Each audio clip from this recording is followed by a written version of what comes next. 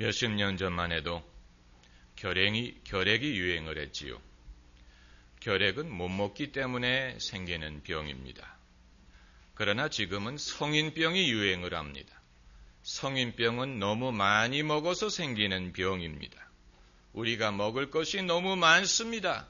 좋은 것이 너무 많습니다. 우리는 잉여의 시대를 살고 있습니다. 사람이 잘 살기 위해서는 도대체 얼마를 먹어야 됩니까? 얼마를 가지면 사람은 행복할 수 있습니까? 우리는 얼마만큼의 사랑을 받아야 됩니까? 비틀즈가 부른 노래 중에 All you need is love. 당신이 필요한 것은 사랑뿐이다 라고 했는데 우리는 그 말을 믿고 그렇게 하려고 했습니다. 우리의 자녀들에게 많은 사랑과 관심과 돈을 쏟아 부었습니다. 그런데 그것이 오히려 자녀들을 과잉 보호하는 것이 되어버렸습니다. 차라리 좀 내버려 두는 것이 나을 수도 있습니다.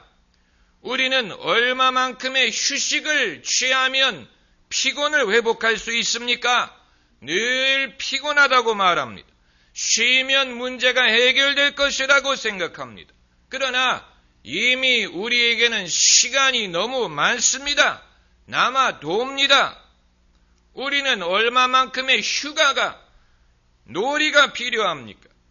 얼마 전에 어느 테마파크에서 주일날 공짜 입장을 허용을 했더니 수십만 명이 몰려서 사람들이 깔리고 밟히고 큰 사고가 난 적이 있는데 사람은 놀고 또 놀고자 합니다.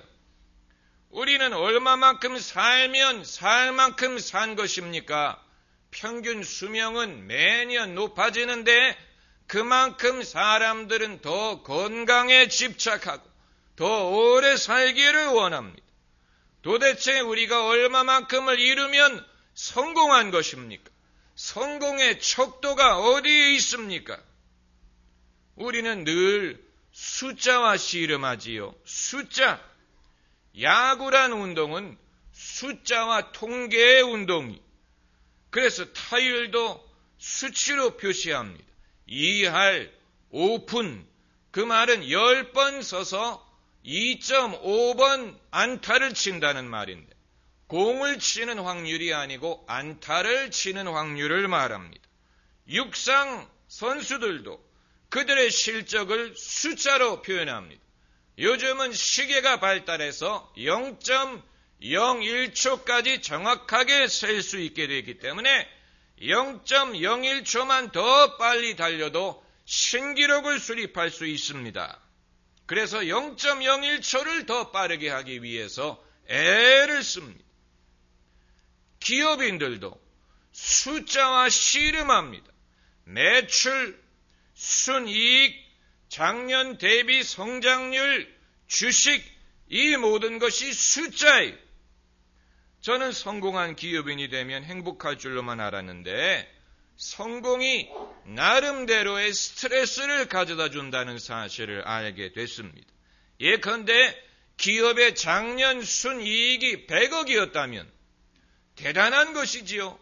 그런데 올해의 순이익이 60억이다. 60억도 대단한 것이지요. 그런데 사람들은 위기의식을 느낍니다. 작년보다 떨어졌기 때문에. 작년에 100억이 아니고 차라리 40억이었으면 나을 뻔했어요. 작년에 적자가 났으면 차라리 나을 뻔했는데 작년에 100억이라는 성공을 거두었기 때문에 이제는 그것이 나의 척도가 되어서 그만큼 이루지 못하면 불안해하고 실패한 것으로 생각을 한다는 것입니다. 여러분, 수치와 씨름하는 것은 목사들도 마찬가지입니다. 목사들이 말할 때는 숫자는 중요하지 않고 양보다는 질이다라고 말하지만 목사님들끼리 말하면 궁극적인 질문을 합니다. 당신 교회는 몇 명이 나옵니까? 궁극적인 질문이요, 관심사입니다. 그것을 먼저 확인한 다음에 그 다음 주제로 넘어가는데 그 스트레스가 이만저만이 아니에요. 그래서 어떤 교회는 성탄절 예배에 참석한 교인들 숫자를 가지고 교세를 파악합니다. 왜냐하면 성탄절날 교인이 제일 많이 나오기 때문에 만약에 학생이 전교에서 1등을 했다. 그런데 다음 학기에는 그것이 2등, 3등으로 내려갔다. 여러분, 전교 2등, 3등도 대단한 것입니다. 그것도 굉장히 잘한 것입니다. 그러나 본인에게는 스트레스가 많아요. 왜냐하면 1등을 해본 적이 있기 때문에 1등을 놓치는 것을 실패로 보는 것입니다. 인기 절정에 다다른 연예인들이 얼마나 좋아요. 그런데 스트레스가 많다고 합니다. 왜냐하면 이제부터는 내려갈 일만 남았기 때문에 언제 새로운 스타가 치고 올라올지 모릅니다. 그 심리적인 부담이 만만치 않다고 합니다. 왜 우리는 한 번 1등한 것으로 만족할 수 없고 한 번 반장을 해본 것으로 만족할 수 없고 또 한 번 절정에 올라간 것으로 만족하지 못합니까? 컴퓨터의 발전을 지켜보신 분들은 아실 것입니다. 286, 386, 486 그리고 이제 펜티엄으로 들어서지 않았습니까? 펜티엄 더 빨라지고 좋아졌지요. 펜티엄이 나온 다음에는 사람들이 이제는 PC의 수요가 더 이상 늘지 않을 것이다 라고 예측했습니다. 왜냐하면 펜티엄만 가지고도 웬만한 작업은 잘 할 수 있기 때문에. 그런데 요즘에는 뭐가 나왔는지 아세요? 듀얼 코어라는 게 나왔습니다. 속도가 30%가 빠르다고 합니다. 특별히 여러 개의 작업을 동시에 수행할 때는 속도가 빠르다고 합니다. 그러다 보니까 기존 PC의 가격이 막 떨어지기 시작하는 거예요. 여러분, 요즘에는 PC를 30만 원이면 살 수 있습니다. 얼마나 가격이 떨어졌습니까? 왜요? 사람들이 이제는 듀얼 코어만 살려고 하기 때문에. 세상은 이미 빨리 돌아가고 있지만 우리는 그것으로 만족하지 못하고 faster, 좀 더 빨리 돌아가기를 요구합니다. 발전의 척도 중에 하나는 속도가 빨라지는 것입니다. 이러한 현대인들의 성향과 기독교 신앙이 맞물리게 되면 어떤 현상이 나타날까? 여러분 궁금하지 않으십니까? 더 많이, 더 높이, 더 빨리 이런 현대인의 성향과 기독교 신앙이 맞물리게 되면 두 가지 상반된 현상이 나타나는데, 첫째는 신앙을 성장의 도구로 생각하는 것입니다. 예수님만 잘 믿으면 돈도 더 많이 벌 수 있고 매출이 늘고 회사가 성장하고 교회도 성장하고 성적도 올라가고, 어느 부흥 목사님의 설교에 의하면 예수님 잘 믿었더니 복권도 당첨이 되더라. 얼마나 좋습니까? 그런데도 예수님을 안 믿어요? 국내 유명 목사님이 80년대 이런 식으로 설교를 했습니다. 10평 아파트에 사는 분들은 20평을 꿈꾸시고 20평에 사는 분들은 30평을 꿈꾸십시오. 그러면 이루어집니다. 이론적으로는 맞는 얘기입니다. 하나님은 복을 주십니다. 왜 믿는 사람에게 복을 주시고 더 잘 되게 하시지 않겠습니까? 그런데 문제는 어느 누구도 예수님을 잘 믿어서 40평에 살다가 20평으로 갔다는 말을 하는 사람이 없다는 것입니다. 아무도 그것을 발전이라고 보지 않고 아무도 그것을 복이라고 보지 않습니다. 이것이 바로 물량주의라는 것입니다. 그러면 100평에 살던 사람은 200평을 꿈꾸라는 얘기입니까? 한계가 있어야 되지 않습니까? 어느 시점에서 믿음이 변하여 욕심이 됩니까? 그걸 우리가 분별할 수 있어야지요. 우리나라의 내각 강요들은 주로 정치인 출신이고 교수 출신, 전문 관료들 출신이지만 미국 같은 나라에서는 고위 관료 중에 전직 기업 경영인들이 많습니다. 딕 체이니 같은 사람도 전에 회사의 CEO였고, 럼스펠드도 그렇고, 옛날에 와인버거 같은 사람은 포드사의 CEO 출신이었습니다. 이들은 그대로 CEO로 있으면 돈 많이 법니다. 그런데 관료가 되면 그 월급이 10%로 떨어질 수도 있습니다. 그럼에도 그들이 기쁘게 그것을 감수합니다. 그 이유가 무엇입니까?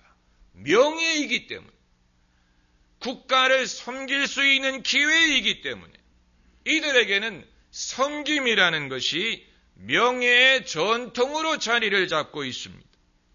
영국이나 캐나다에서는 아예 공무원을 civil servant라고 부릅니다. 종이라는 뜻이에요. servant. 종, 섬기는 사람이라고 부릅니다.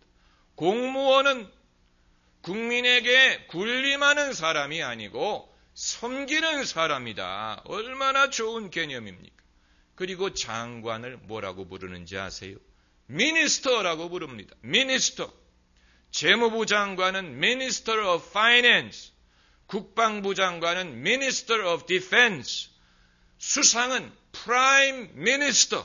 미니스터라는 말은 원래 목사라는 뜻이고 섬기는 사람이라는 뜻인데 공직자를 섬기는 사람. 왜냐하면 그들이 돈을 벌기 위해서 공직자가 되는 게 아니고 국가를 섬기기 위해서 되는 것이기 때문입니다.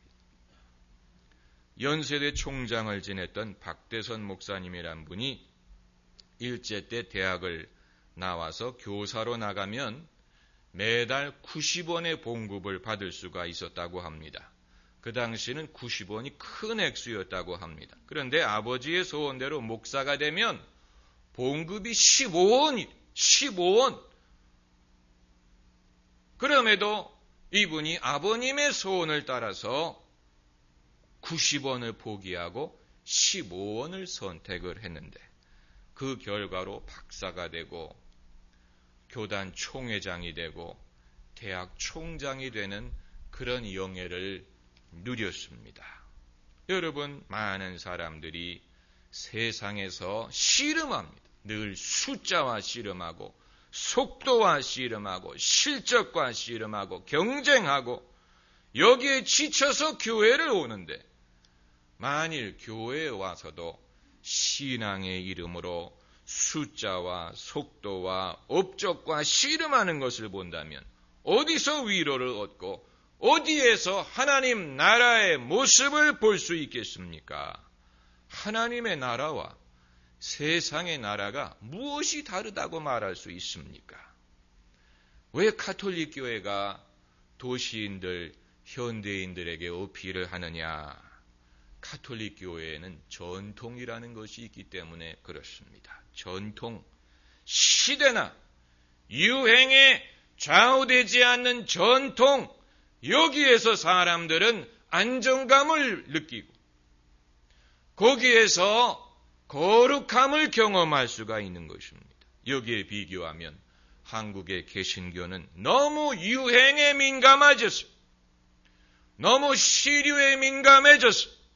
최근의 기술과 최근의 목회 방법과 최근의 어떤 성경 공부 방식과 이런 것을 도입하는데 급급합니다.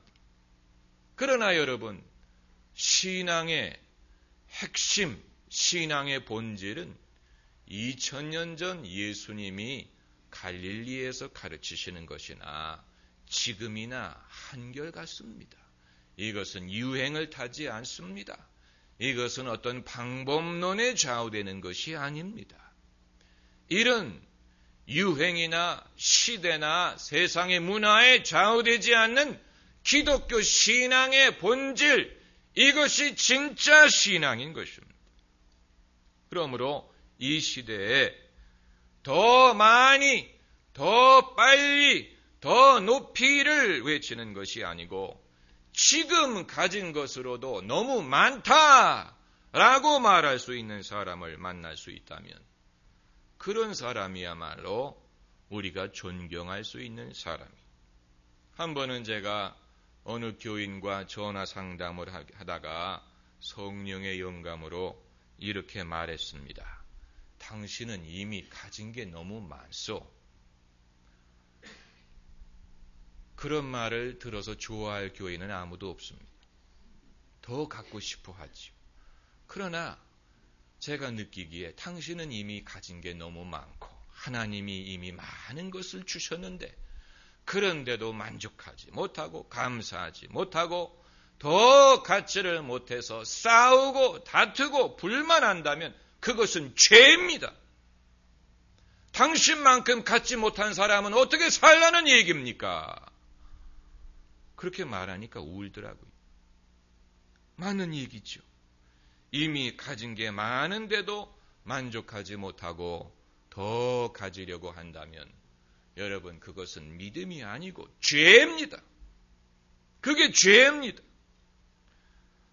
사람들은 더 많이 더 오래를 외치지만 오늘 본문에서 하나님은 기드온에게 너무 많다 이렇게 말씀하셨어요. 오늘 본문 2절 말씀을 보시면은 여호와께서 기드온에게 이르시되 너를 쫓은 백성이 너무 많다. 너무 많다. Too many. 너무 많다. 이렇게 말씀을 하셨어요. 그 중에 반 이상을 덜어버렸는데 4절을 보면 여호와께서 또 기드온에게 이르시되 백성이 아직도 많다. 처음에는 너무 많다. 두 번째는 아직도 많다. 이렇게 말씀하셨어요. 그래서 32,000으로 시작했던 군사의 수를 300명으로 줄였는데 그 300명을 가지고 하나님께서는 큰 역사를 행하십니다. 이것은 특이한 전술이지요. 하나님만이 하실 수 있는 일입니다. 다윗이 골리앗과 싸우러 나갈 때 처음에는 사울 왕의 갑옷을 입고 그의 칼을 들고 나가려고 했는데 그것이 맞지도 않을 뿐더러 거치장스러워서 그 투구든 갑옷이든 칼이든 다 벗어버리고 돌멩이 5개 들고 나가 싸워서 이겼습니다. 여러분, 다윗이 그렇게 했기 때문에 이길 수 있었던 것입니다. 만약에 사울의 갑옷, 칼, 여러분 우리가 골리앗을 흉내내면 흉내낸다고 해서 골리앗이 될 수 없습니다. 골리앗은 이미 그 분야에 있어서는 탑이 그를 흉내낼 수 있는 사람이 없습니다. 그처럼 키가 크고 그처럼 장대하고 그런 장사가 될 수 없습니다. 그거 흉내내가지고는 골리앗과 싸워서 이길 수 없습니다. 흉내내는 것은 짝퉁이 됩니다. 그것으로는 우리가 하나님의 역사를 경험할 수 없습니다. 오히려 사람이 생각하지 않던 그런 방식, 거기에서 우리가 하나님이 나에게 허락하시는 길을 발견할 수가 있는 것입니다. 그것이 중요한 것입니다. 그렇기 때문에 우리는 좀 이런 식으로 우리 생각을 바꿔봐야 됩니다. 나는 이미 받은 것이 많다. 이미 가진 것으로 족하다. 가진 것이 나는 아직도 많다. 한번 따라해보세요. 아직도 많다. 네, 아직도 많아요. 아직도 건강이 있고 사랑하는 가정이 있고 하나님이 주신 믿음이 있고 좋은 친구들이 있고 하나님의 은혜가 함께하고 또 뭐 그 이외에 가진 것이 많습니다. 그렇게 했더니 오히려 하나님이 더 큰 일을 행하시더라는 것입니다. 오히려 그것을 통해서 하나님이 당신의 능력을 당신이 하신다는 것을 우리에게 증거하여 주십니다. 할렐루야. 기도하십시다.